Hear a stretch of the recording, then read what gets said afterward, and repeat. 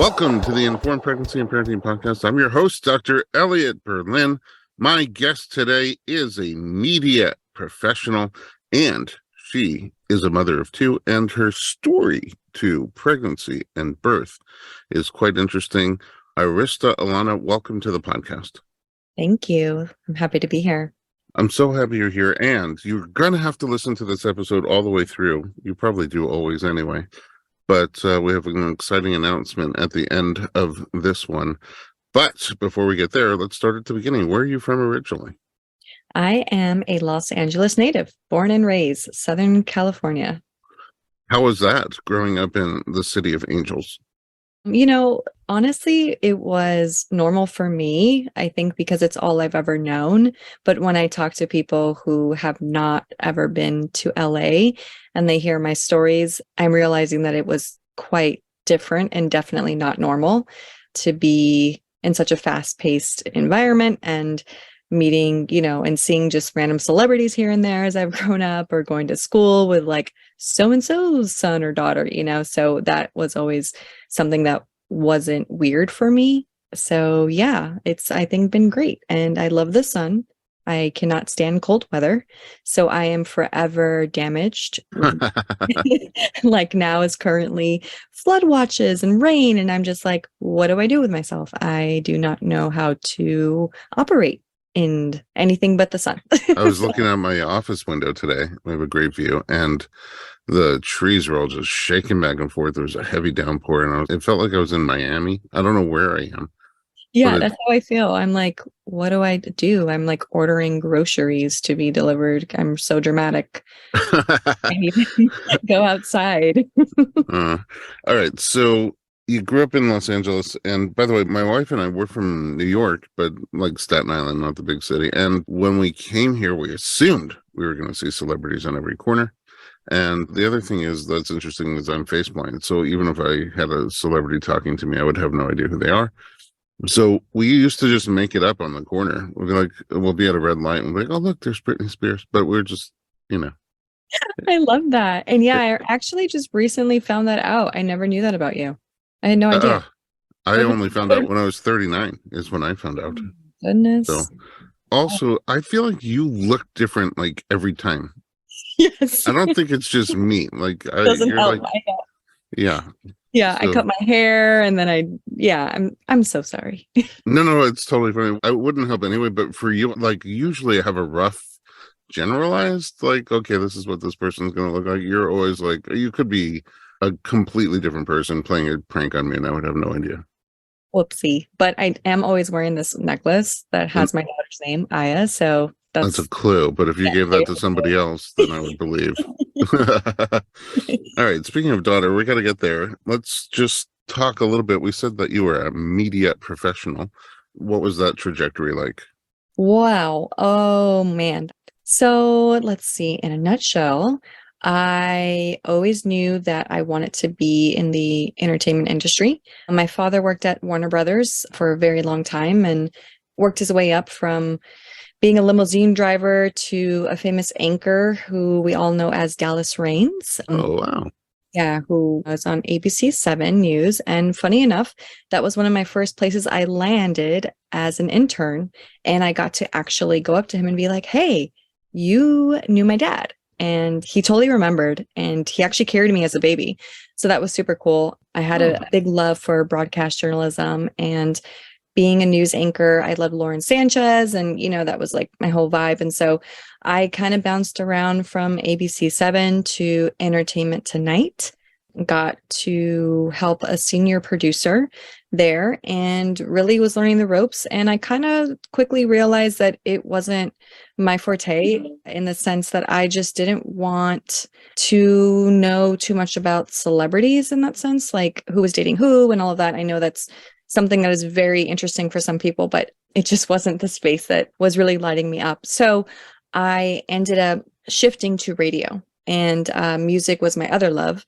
That got me through a lot of tough times growing up. And so I decided to dive into the music space and luckily landed an internship at Clear Channel, Kiss FM, 102.7 Kiss FM, which was, it's LA's, top 40 radio station, and then 98.7 was the rock station, and still is the alternative rock. They were the best of both worlds. And that is basically like blending me in one, and I was like, this is awesome. And so I actually was there for 3.5 years. I went from internship to then becoming a programming assistant, production, doing street team. And I just worked my butt off and was going to schools, working like 5 jobs. Like, it was a very hectic time, very LA of me to be also working at a restaurant and also at a radio station. And I just made some connections, and I always stayed in touch with the head director there. Shout out to Julie Pilot. To this day, I still know her. And I was like 19 when I started, not to age myself, but that was definitely like 15 years ago. So 15, I'll stop at 15 years. I can do the math. But yeah, so. But I won't. Yeah, so let's not. So yeah, I landed there with her, and I actually took a break briefly and moved to Oregon, Southern Oregon, randomly. Took a break for about 2 years. I was burnt out, not gonna lie. I think I overdid it a bit, and I needed to reset and find a new inspiration. And to be honest, Oregon kind of gave me that, and I wasn't expecting it, but it also gave me like the granola phase in my life. Which, when I look back at, I was like the hippie girl. Oregon definitely brought that phase out of me, and I suddenly became a yoga professional, or so I thought, and then was getting into aromatherapy, essential oils, and met an amazing biodynamic farmer up there. Yeah, it was like a whole nother side of me. Like, my very green thumb side came out at that time. And then I missed my hometown. I missed LA. And I was like, okay, I'm too young, I think, to be here. And even though I was working at a radio station there in Oregon, a very small one, I was like, this is really slow. Like, there's no billboards, there's no buses. Yeah. Like, it was definitely the nurturing vibe I needed at the time, and very like therapeutic, but I was ready to come back. And so, long story short, I came back to LA and then got back in touch with Julie, and she needed an assistant at that time again, but this time for a different company called Beats Music, which it was named at the time. And it was a startup, and I was part of like the core team there that then got bought out by Apple. And it was like the biggest streaming music, history deal that you've ever heard of. And I was a part of that crazy acquisition and ended up at Apple for 8 years. Wow, And that's pretty cool. yeah, and then now I've been recently at Netflix, but also still doing my own business on the side that's really catered in helping people find sacred presence on the go, which stems from motherhood, which I know we'll get into. So, Secret presence. yes. Wait, but you also have Botanica. Yeah, Botanica. Yeah, so that's Ilona Botanica, and that's the oils which stemmed from like what I learned in Oregon, learning how to blend aromatherapy to kind of have like sacred presence on the go, which seems like, how is that even possible? But that's something close and dear to my heart, which is about soul wellness as a whole, and how can we integrate that presence in our life when we are moving so fast, especially as a mother and just as a woman and living in the city.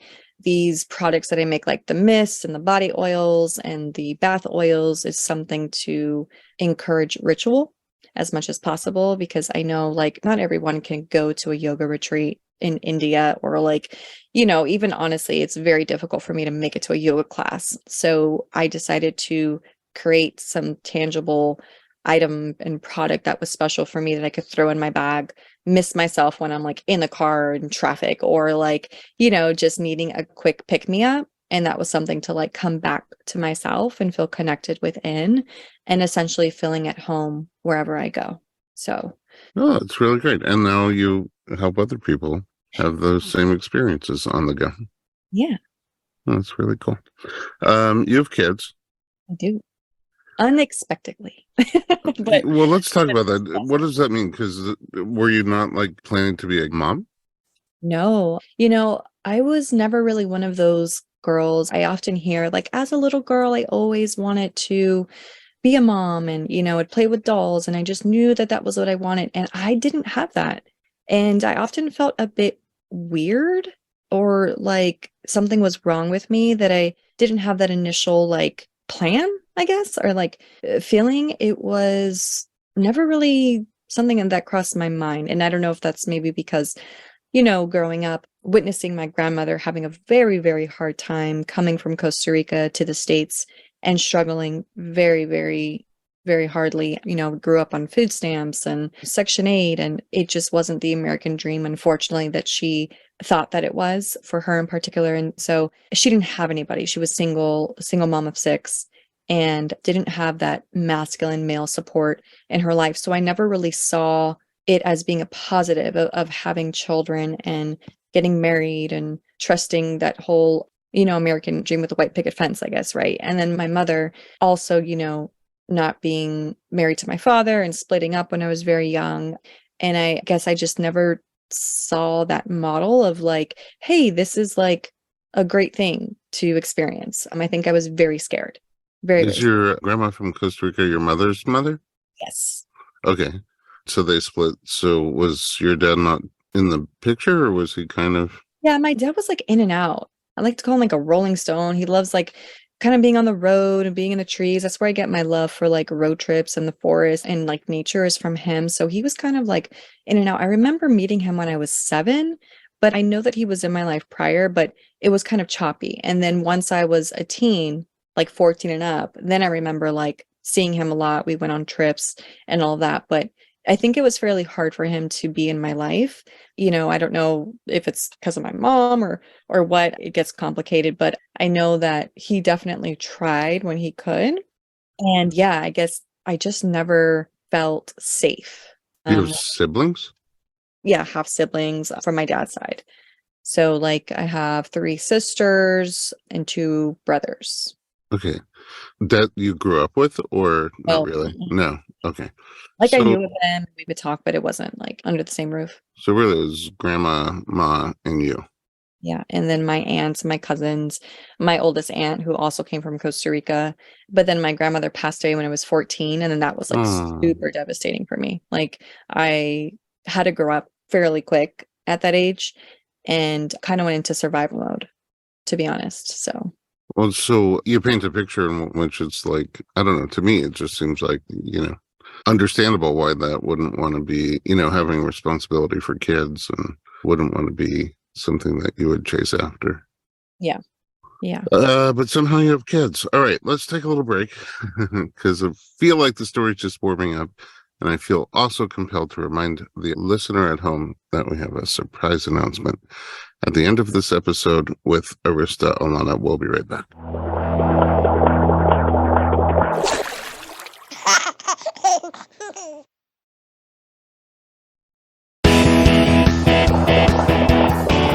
Welcome back. We're talking to Arista Ilona. Okay, so you have this whole career thing going on, and then you go off to Oregon, and then you come back semi-hippified and end up Soho bougie. and then beats Apple, Netflix. Somewhere along there, you changed course and you started having kids. What happened? Yeah, so what happened? Yeah, what happened? I still wonder that, but in a good way. Okay. Not a I negative mean, I way. know roughly what Um, happened. yeah, yeah. So, yes, my oldest just turned 7. So that was Happy about, birthday. yeah, thank you. 7 years ago, I got pregnant actually right before we launched Beats One Radio, which was so crazy. It was such a crazy time. Very, very hectic. And I remember finding out and I was like, oh man, what am I going to do? And I remember my best friend being the one that I was just like talking to and like, what do I do? What do I do? And she was so understanding and just calmed me. And we would take walks because she was working with me at the office and we would take walks together on our break.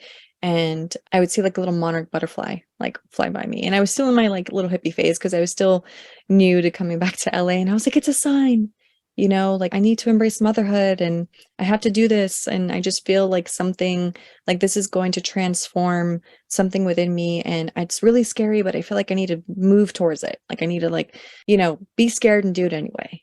And so I did.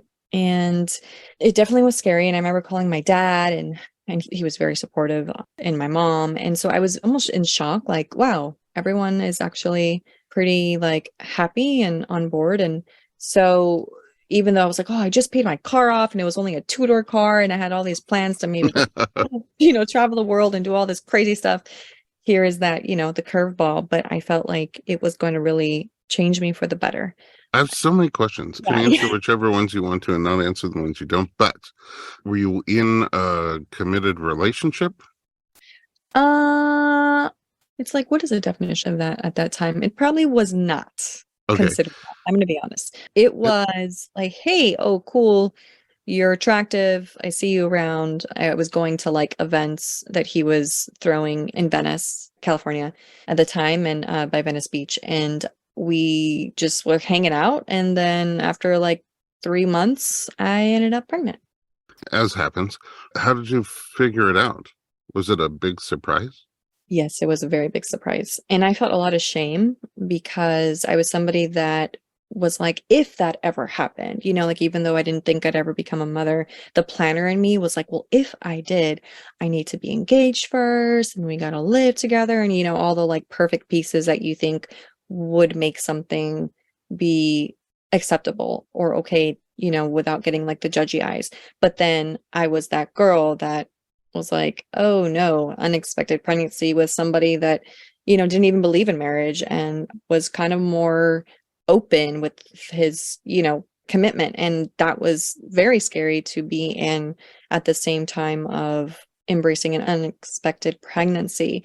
But the one thing that I do appreciate is the honesty and the transparency that he had with me in the beginning. And it was something that we talked about and that we decided to move forward like, hey, no matter what, we're going to co-parent, right? We'll be like good co-parents to each other and for the child. And so, yeah, it was like navigating deep waters that I'd never had been in, right? But I was always an open-minded person and kind of just flowed with things and embraced things in life that came my way because I saw it as an opportunity to grow, like on a spiritual level as a person too. And so I was like, okay, this is what was, presented to me, and I'm going to take responsibility.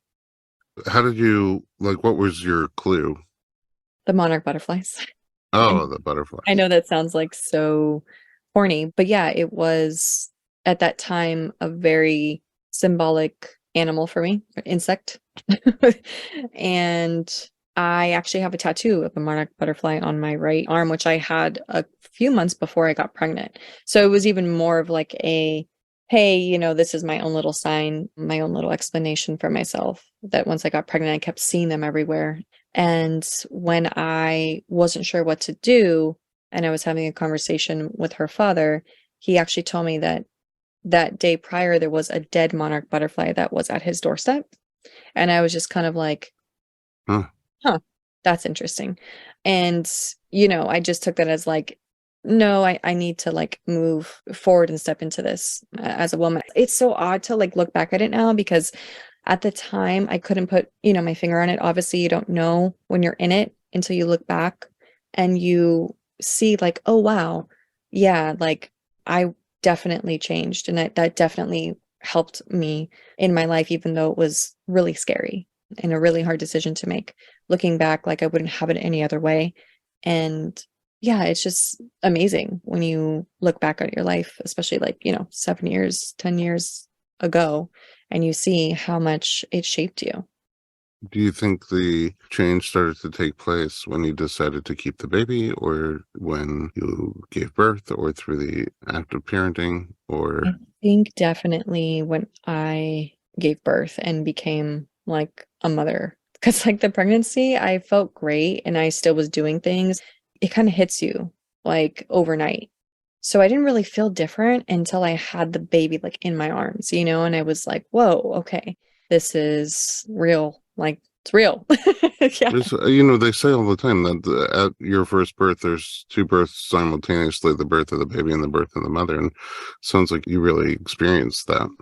Yes. And that's a great way to put it. That's exactly what it was. So speaking of birth, you keeping a baby's one thing, deciding to co-parent also another thing, but then you have to get that kid out of you. As somebody who never thought about having kids, how did that thought process go? I was very fascinated around the idea of a home birth. I know. Before all the judges start they're losing their mind listening to this. Yeah, a home water birth. And I was fascinated with like having a midwife and a doula. And I still to this day think that it's very important to, have a doula, but also like have a plan B, which I did not have. So I was just very laser focused on this home water birth, and I didn't want to think about anything else. And then I was definitely afraid of a C-section. So I wasn't even going to touch that idea or think about it. Who did you have to support you? Who was going to be there? So it was going to be her father, my midwife, my doula, and like two of my friends. Okay. Friends who had babies? Nope. Okay. And where did the idea of home birth even, because almost everybody gives birth at the hospital. So where did you even come to Yeah. see that idea and think? Maybe I'm going to just blame Oregon. I'm going to blame the dose of hippie life where I started researching and hearing people talk about, it was Ina May. Oh, Um, yeah. You know, my gas yeah. And like, I started hearing talks about that and then going down the YouTube rabbit hole of like orgasmic birthing. And I think I was just like fascinated by it. I wasn't, again, thinking of having children. I was just like, well, interesting. Because I was meeting a lot of families in Oregon and mothers. Yeah. So I was like, oh, well, that seems like the rebel thing to do. And that's how I live my life sometimes is like, I'm going to go the other way and try this other cool thing that's different. And so that was the plan. And that was a whole nother layer. Did you do things to get sort of prepare mind and body for it, or just like, yeah, we'll have a home birth. That's good. Yeah, I mean, I thought that I was prepared. So I kind of was like, didn't really know what I didn't know until I was in it. And I was like, okay, I'm not ready for this. This was kind of crazy idea. How did it start? So I started cramping, had the good old mucus plug, just so gross. I was not prepared for that. Delicious.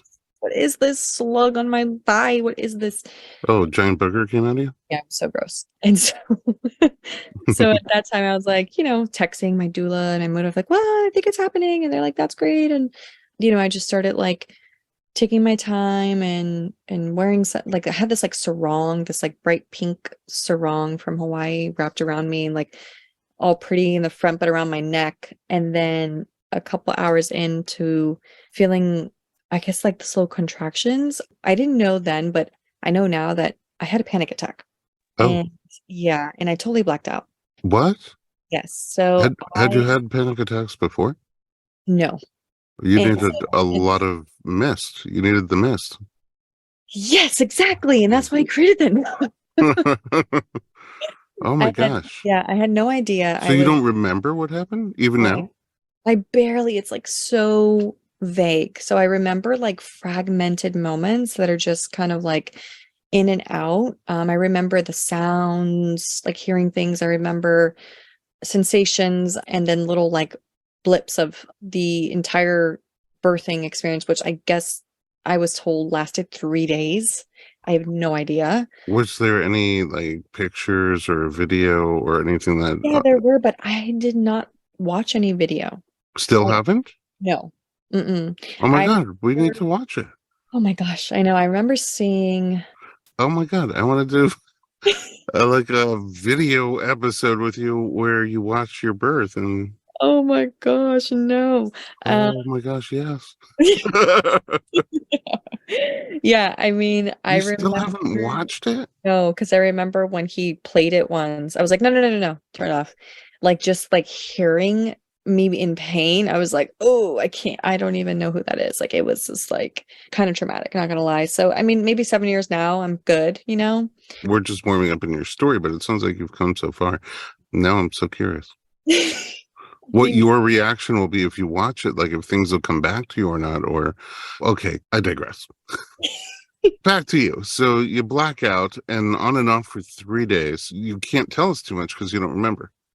No, and I just remember this one moment feeling in so much pain. So in the beginning, I remember feeling shortness of breath, right? When the contractions were starting, and I started feeling like, oh, I can't breathe. I can't breathe. I thought it was a sarong being too tight on my neck because it was wrapped around and not in the back. And so I right away just took it off and then I was just like naked there. And I was just like, oh, and I started freaking out and I told him, I was like, I feel like, I'm gonna pass out. And I just remember everything like just the circle, like zoning in and closing. And then next thing you know, I'm like in the water tub. And then I hear my midwife and my doula and my friends in the background and they're getting things prepared, but I'm like out of it. I'm like not even really present. And so I remember being in and out of the water and then them asking me to go into the shower and then going back in the water and then coming out of the water and then going on the floor and trying to do like movement and move my body. And then another part where my midwife was like, you're only dilated 6 centimeters and I can't feel her. And she had like her hand, up there, like trying to feel and see where the baby is. And I started getting worried at that point. And then I needed a catheter. And then immediately in that moment, I'm like, I'm pooping myself. And I'm like, why did I have this idea of a home birth? Like in that moment, it's Mhm. like, this is gross. Like I feel gross. And, Yeah. and I'm just like, I personally was not enjoying it. And then I just felt in so much pain like I was having back labor. And so I remember her telling me like the baby's like flipped, and I was in excruciating pain. And then my friends were there and then they started trying to like, calm me by singing and playing the drum and like the sound bowl. And I was just like overstimulated. I was like, none of this is helping me. Like I thought it would. Like I had this idea of this like super, calming, relaxing Zen. Zen vibe with the candles and the dim lights Uh, and the aromatherapy and everything, right? And it was just like, I don't know, I can't even focus, And so it got to the point where I was on my back and I was having contractions so much to where I could barely take a breath. I couldn't count to 3 seconds. I was like it was just excruciating in my lower back. And I just started crying. And I remember my midwife being like, it's okay to stop here. Like, whatever you want to do, we can go, we can transfer. You're tired. We don't want anything to happen to the baby. Let's like make the call. My stubbornness was like kicking and it's like, no, I don't want to give up. Like this was, the dream experience birth that I really wanted to try to have. But at that point, I knew like I'm spent, like I'm exhausted. And so we decided to transfer. And my doula drove us to the hospital. And I remember like getting up and they're trying to like help me. And I don't know, like that feeling of walking with like excruciating contractions was just horrible. And then I didn't know what day it was. I like saw the sun, but I was like, wait, but it was nighttime when I went to labor. So like what is even happening? It was just like such a weird experience for me to feel so like out of touch.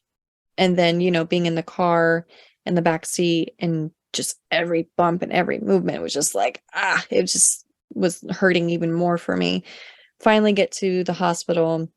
I asked for an epidural right away, which is of course another thing that I was like, I'll never get an epidural because I knew of all mhm, the chemicals and I would go, mhm, and so I like knew too much. And mhm. so that also kind of made it really hard for me to accept the decisions that had to be made at that time with urgency because then I felt like I was hurting my baby. And so I was dealing with a lot of guilt and a lot of, second guessing myself and just feeling like I gave up. But in the moment, I just needed relief.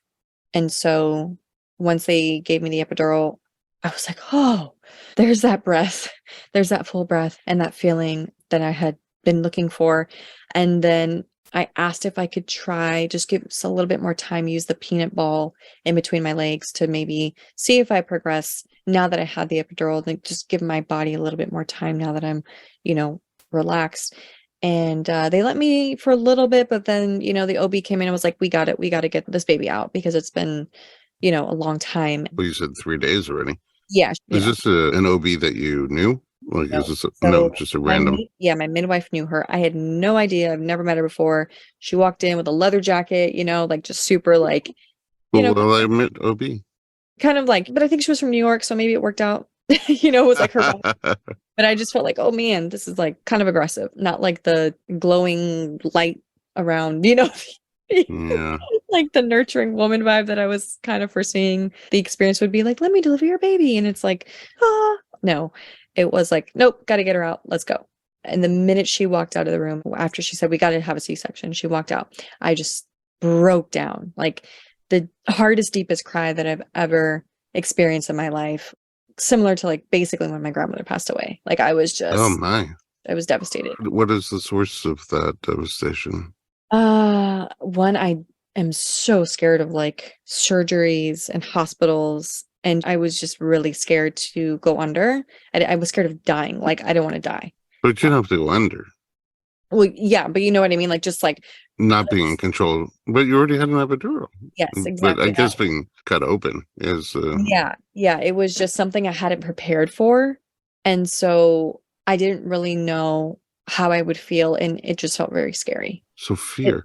But yeah. there's a lot of fear bubbling up for you. It's so interesting because, like, in my mind, you're like this incredible badass. I can do anything, and you are. And so I don't know if you became that Yeah, through no, I this think I experience or definitely. And I think that's what it, earlier, like looking back to see how much this shaped me to become so much more, empowered. And, but I had to go through that moment to get there because I was definitely younger too. And so much happens in like 7 years, and especially for me, because I'm always very hard on myself. Like, you got to do better, you got to grow, and you got to be a better than yesterday. So, when they told me that, I was like, dang it, like again, the plan didn't go as planned. And so I was just being hit left and right with things that were these curveballs that I didn't feel ready for, but it was just like, okay, well, here is the surrender plate, right? Like, here it is. And the deepest of surrender that I will ever probably experience was in that moment. And so I'm under, and the lights are bright, and I'm feeling a little anxious, and again, I don't know at that time what that is, but I just have the shortness of breath, and I'm trying to relax. And next thing you know, baby's out, and she's 8 pounds, 3 ounces, and healthy. ooh, And they put her right on my chest, and she latched on right away, and it was like such a beautiful experience, but I was totally out of it. Like my eyes were closed when she was on me, and so you just see like this like slight smile of like relief, like yes, like we're there now, I can heal. But I wasn't as alert as I had liked to be, right? The crying when you see your baby, and all the pictures that you see, I was just out of it. And so at that point, I don't know how much more you want to know, but the hospital experience was great. I had a great team. Baby was healthy and I was healthy. And then we get home and, doing the breastfeeding and tending to a C-section, which is not fun. And I realized in that time, like, wow, everyone prepares you for a baby. Like they say, have the baby shower and, your baby registry, and you got the doula all and the midwife. gear Yeah, you and have the all the nursery. things. Yeah. But then the minute that you get home with your child and you become a mother, suddenly, and for me, this is how it was, the support kind of disappears. And there isn't that continued, like, okay, now is the time, right? Where you really got to like eat well, and you got to nourish your body and your mind and your spirit, and you got to not overwork yourself. And all of that, there wasn't really that reminder for me. And that was where I was like, there's something missing here. There's a big gap in postpartum time where mothers, I feel, aren't getting nurtured, because I experienced that. I don't have a big family. I didn't have like the aunts and, the cousins and everyone coming and rubbing my feet and doing all this. And so I had to really seek that out for myself.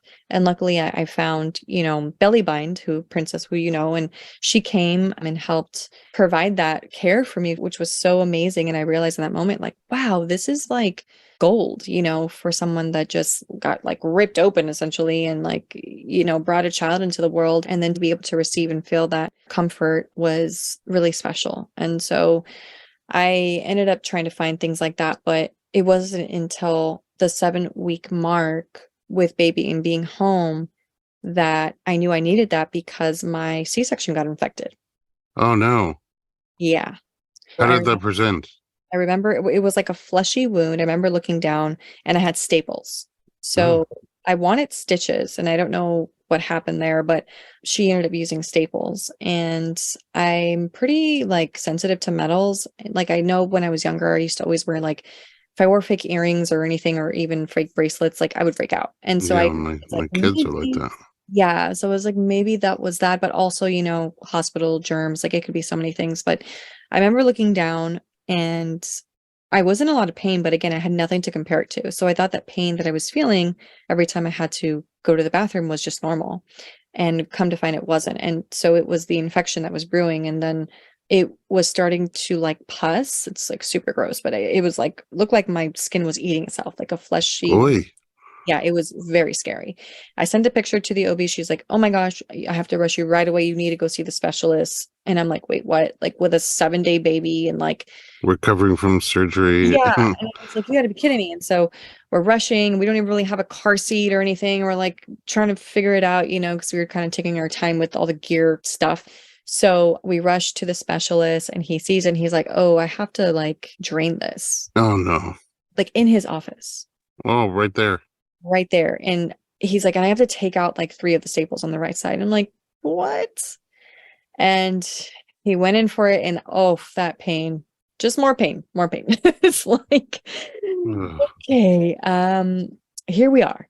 And so he drained it and then had to stuff it with gauze. And he's like, "So you're gonna heal kind of weird, like it's gonna heal over the gauze, and you can always come back and like have cosmetic surgery for that area, but like this is the best we could do. Like it's Oh gonna." my goodness, Yeah, really?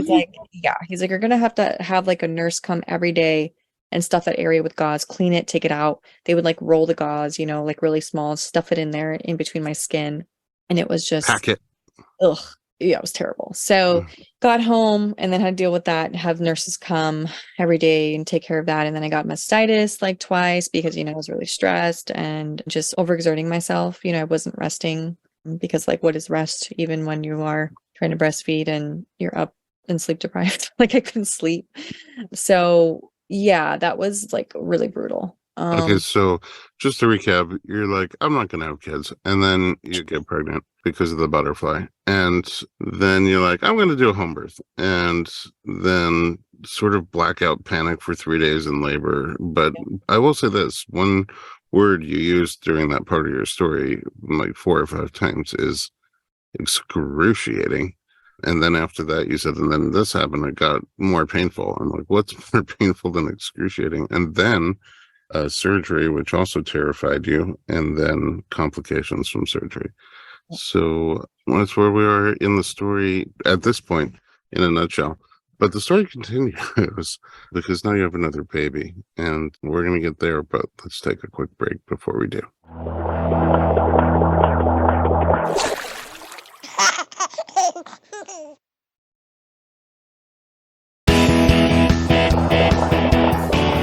Welcome back. We're talking to Arista Ilona. So, yeah, we just recapped the whole story before the break. And now things have turned again because you have a baby. I do. So, flash forward 7 years. I mean, you could recap what happened there, but I'd love to get into this most recent pregnancy and birth. Yeah. So Sophia, she's 9 months. She's amazing. And this pregnancy, after having Aya, I was an only child and I didn't want her to be an only child.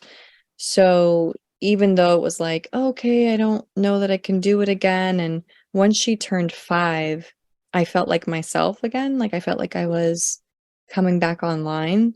But I had gotten pregnant when she was 3 and unfortunately had a miscarriage Oh, I'm at sorry. 6 weeks. And When I was 3. yes, and so I had to take a pause. I was like, I need to pause here. Oh, so that one was an intentional pregnancy? That one was, if it happens, it happens kind of thing. Oh, one of those. Yeah. And so, yeah, and I was so excited about it. And I felt like so happy because I was like, oh, 3 years, that's a perfect gap. And that happened like on New Year's. So that was Oh, my goodness. that was It's because you didn't get a butterfly, exactly where was my butterfly. obviously. So Sorry, that's so hard, especially like you struggling to make the choice to get Mhm. pregnant, then getting pregnant, and then losing it.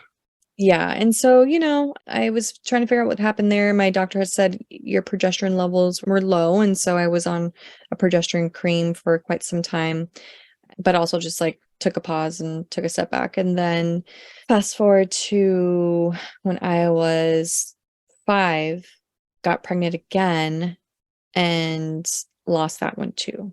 Oh So, no. yeah, that one was at 8 weeks, and I'm like, what is going on? Was And that another if it happens, it happens?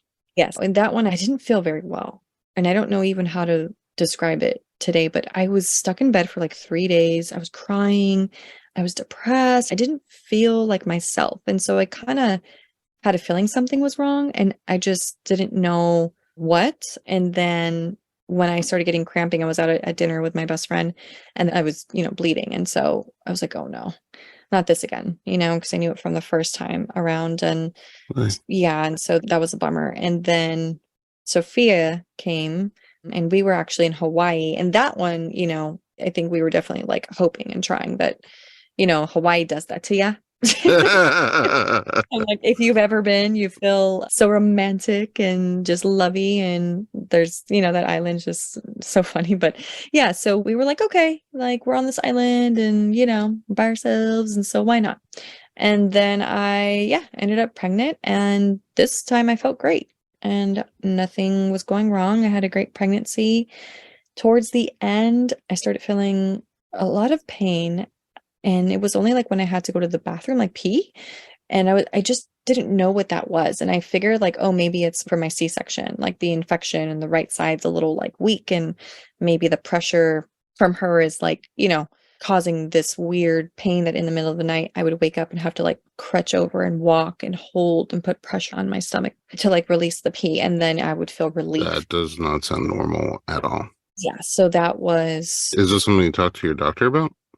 I did. Yeah, I did. And so she didn't really say much about it. She was like, oh, well, you have one ovary, you had a cyst there in the past. Like, it wasn't really like discussed in detail. And I Because remember. that's not one of those things that you get like, oh, it's just pregnancy. It'll Mhm. pay. That's Yeah. the standard answer for most things, but that's not even one of those things that would warrant that answer. It does not sound like something common in pregnancy. I don't know where that's headed, but before we go down that path, did you have thoughts on how you wanted to deliver, Sophia? Yes. So this time, because of what I went through with Aya, I was like full on force, like hospital. Okay, I was like, I'm not even going to take a chance to. and like full force hospital with meds. Yep. Hmm. Okay, since you had already been through a cesarean, I mean, because that's the first choice usually you got to think about is now, am I going to try for a vaginal birth or go for a repeat cesarean? Yeah. So I did want to try VBAC, which, vaginal birth after cesarean, but I told my doctor I want to wait and see how the pregnancy progressed to see how things were going and, her placement and how I felt. And she was totally on board with that. She was like, yeah, no problem. But then as that pain was coming on around 6, 7 months, I started to get concerned. And that was kind of my own like mama intuition where I was like, well, I don't know that I want to wait for my water to break having this pain. Like, I just don't want to have another crazy, scary complication issue where I rupture and, like it could be even scarier, which is like, how would that even be possible from my first experience, which was already scary. So I wanted to try to dodge as much as I could from the unexpected. And knowing that I've had a C-section before, I knew what to expect. Okay, And so it wasn't that panicky yeah, exactly. and what can't have surgery, but also just because you said what if I rupture? People are not familiar with VBAC because during the original cesarean, there's an incision made in the uterus itself to get the baby out, and that is repaired. The concern is, what if during the throes of labor, the buildup of intensity during labor, that scar doesn't hold it together, it starts to separate or pop open, the medical term uterine rupture. So that was on your mind as well. Yeah, and I know, what is it? The amount you can wait is 2 years is recommended, right? Yeah. Even though it was like what, 6 years, I still was like, I don't know. Yeah. Seems like that should have healed by then.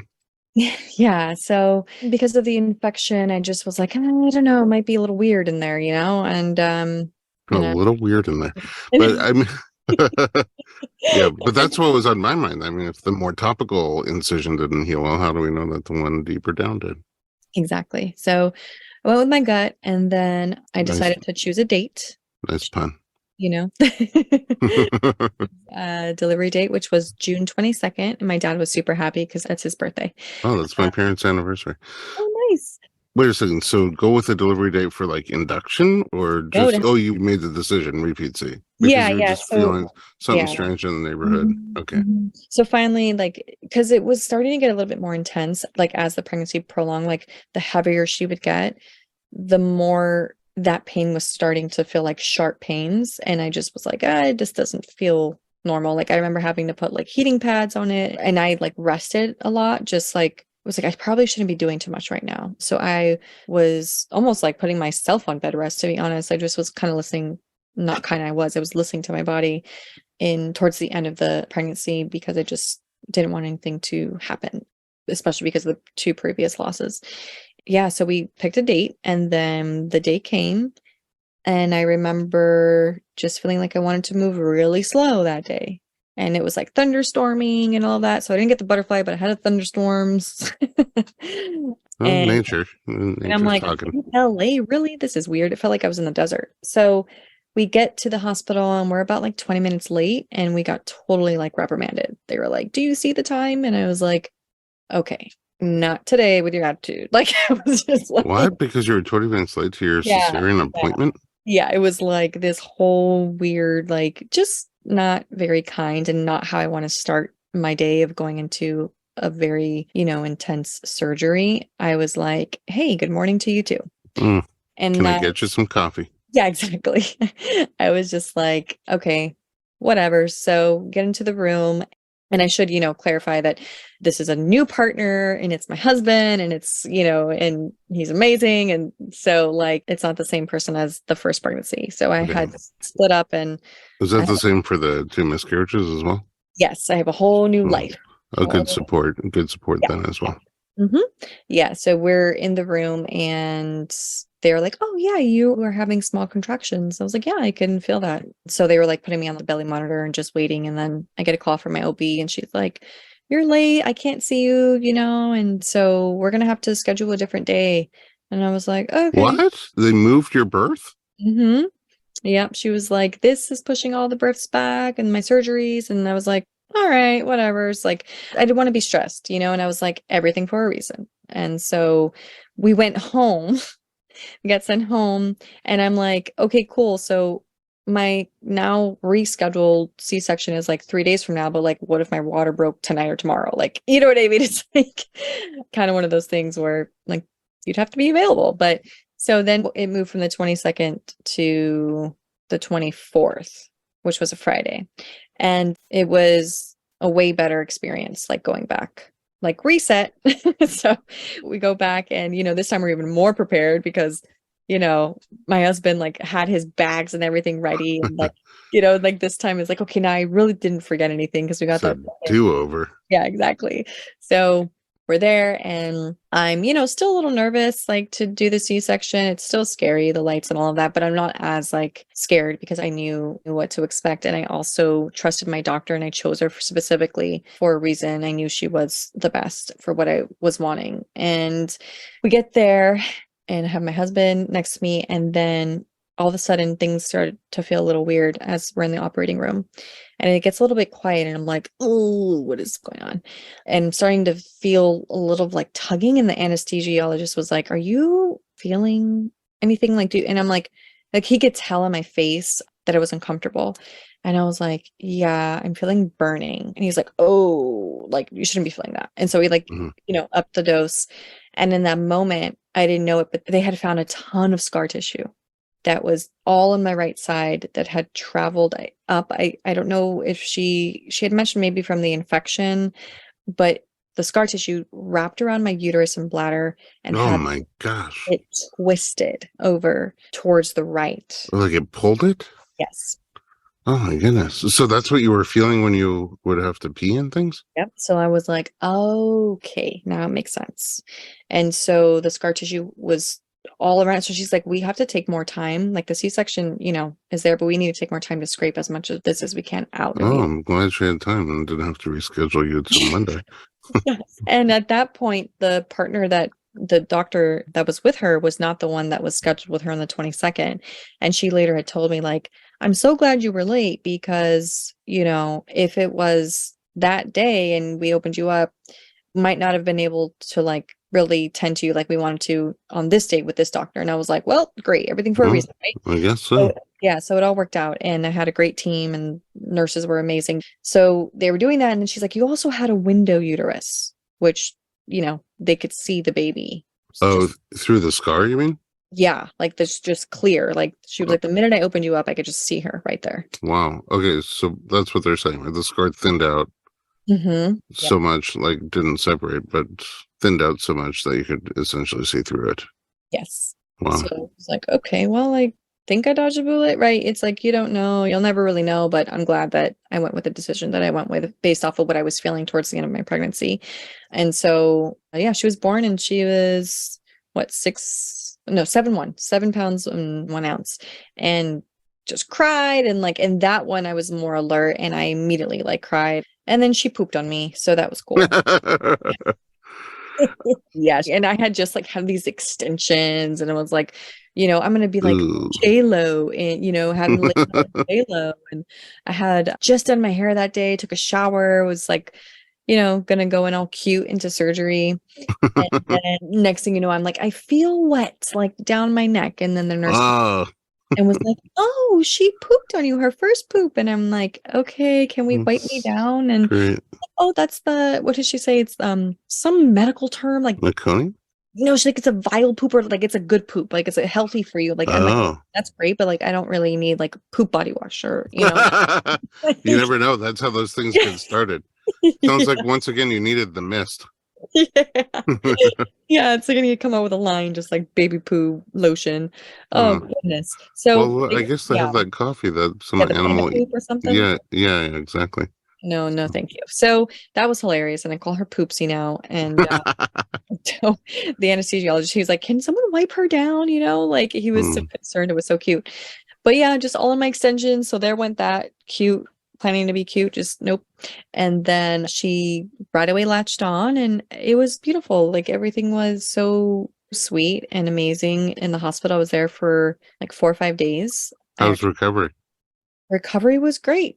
I was more prepared this time. I had meals prepared. I had my dad's wife make me amazing abondigas soup from Mexico Ooh, and cocido soup, which was very, very soothing for me. And we had my little food tray ready to go, and we set up our guest bedroom and had just a very like womb-like, experience together as a family. And I got to meet her baby sister, and it was really beautiful. I felt so supported. My mother-in-law came in from Florida, and I had such a different experience than the first time around.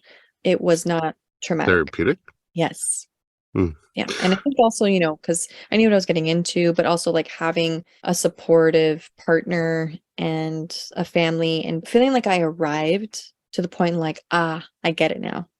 Like I get why this is such a sacred and beautiful mission for women and also like for men to step into the role as a father and husband and all of the things, I in that moment was like, wow, this is such a beautiful gift to be given and to take on. As hard as it is, there is that beauty to it. So, yeah. What a journey. Yeah, and it's still going, but it's great. It's like What a journey. Just the whole thing from childhood on up to today. Very, very intense, powerful journey. I mean, what are your take home messages from your own experiences? Um, honestly, I would say like looking back or just overall, like if I could tell anything to my younger self, is don't be so hard on yourself. And, there is no such thing as perfection. With my first pregnancy, the thing I kept telling myself was motherhood isn't about perfection, it's about transformation. And that was kind of like my own little mantra that I started repeating to myself, that I still to this day do because it is so telling. I think we're very, very hard on ourselves as women to get everything right and to be the perfect mom and to not have mom guilt and to always be on. And then we put ourselves last. And it's just never ending. And it's really not about any of that. It's really on the deepest level of transforming all of the things that you thought was how it was supposed to be and what everyone told you how to be and how to do things, transforming that into what you value and what it is that is beautiful for you and your family and how you're creating your home life. And that's okay. Like I just learned not to be so hard on myself with what everyone thought about my story, right? Because I had a lot of that shame in the beginning. Mm-hmm. To really transform that into something that was my soul wellness. So, yeah, Well, and I think at this point I need some of the mist too. I got some Yeah. for you. Thank you. Okay, so we promised a little teaser at the beginning that we have a little announcement to make, and here it is. So we started this new platform, Informed Pregnancy Plus, with streaming video content with the same mission as all the other informed pregnancy projects, which is to just expose, give you access to information, stories, anything that you can use to become more informed, more empowered, and make choices and find support for the choices that you make. And Arista has agreed to do a series called Empowered Mama, and it'll be kicking off next month. From the time of this recording is April, which is Cesarean Awareness Month. And Arista has a whole series of interviews with women who had cesarean birth. And that's going to be the first month of Empowered Mama. So I'm excited. Thank you so much. I am very excited. I mean, your own transformation, and then just like throw onto that your skills from all your years of radio, media, and entertainment. These are going to be powerful, powerful episodes, powerful stories, and they're going to help a lot of people. So look out for Empowered Mama with Arista Ilona on Informed Pregnancy Plus, which you can access at informedpregnancy.tv or through apps on Apple, Android, and Roku. Arista, I appreciate you so much on so many levels. Thank you for being here. Thank you for sharing so openly. I can't wait till we get to sit down with the team and plow through your old birth video from number one. Oh my gosh. Thank you. I'm so honored. And I just feel so grateful to know you and all the relief that you've given me in my pregnancies and to so many women. You're amazing. Oh, thank you. Where can we find you online besides Informed Pregnancy Plus? Yes. On Instagram, it is Ilona Botanica. So that's ILONA BOTANICA. And I do have a personal page. It's Arista Ilona, but unfortunately I got locked out of it. So it's that's a whole nother story. So yeah, it's just Ilona Botanica. And Ilona Botanica, that's all we need. I'm going to go get some mist. Okay. Thank you so much for sharing my story. Oh, my pleasure. And at home, in addition to Informed Pregnancy Plus, you can find all of our media, the podcast, the blog, and the videos at informedpregnancy.com.